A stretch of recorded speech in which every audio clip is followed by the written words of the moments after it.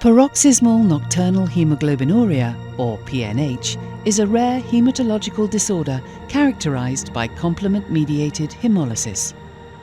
People living with PNH experience a range of symptoms, including anemia,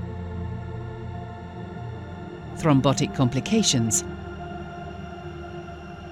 and fatigue. To find out how hemolysis can be addressed, let's take a look at what causes PNH. In people with PNH, hemopoietic stem cells carry mutations in the PIG-A gene. These mutated cells generate mature blood cells that lack GPI-anchored proteins such as CD55 and CD59. The lack of these two key complement regulators makes the cells susceptible to complement-mediated hemolysis. Complement-mediated intravascular hemolysis is the hallmark of PNH. It occurs via the activation of C3, C5 and the terminal complement pathway, which results in the formation of the membrane attack complex. This occurs because of the lack of CD59 on PNH red blood cells. The membrane attack complex forms pores, inducing cell lysis.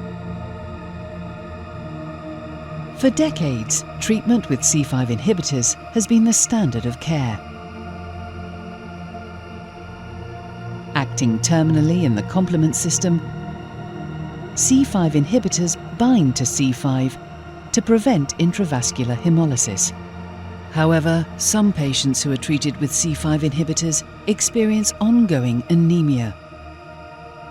This is caused by C3-mediated extravascular hemolysis.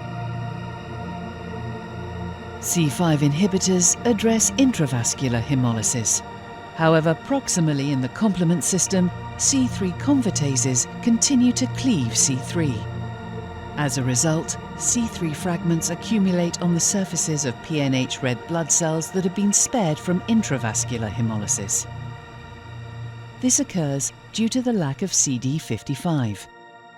The fragments opsonize the cells, marking them for destruction by phagocytic cells when they reach the liver and spleen. Because this occurs upstream of C5, C5 inhibitors are not able to address extravascular hemolysis. Now, Aspaveli is expanding treatment possibilities as the first C3 inhibitor in PNH. Acting proximally in the complement system, Aspaveli targets C3 to address both intravascular and extravascular hemolysis.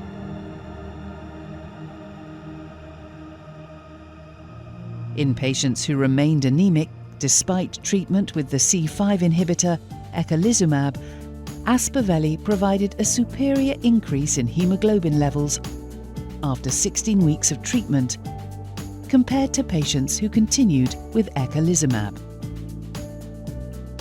At week 16, more patients treated with Aspaveli also achieved normalization of key hematologic parameters, including hemoglobin, ARC, LDH, and bilirubin.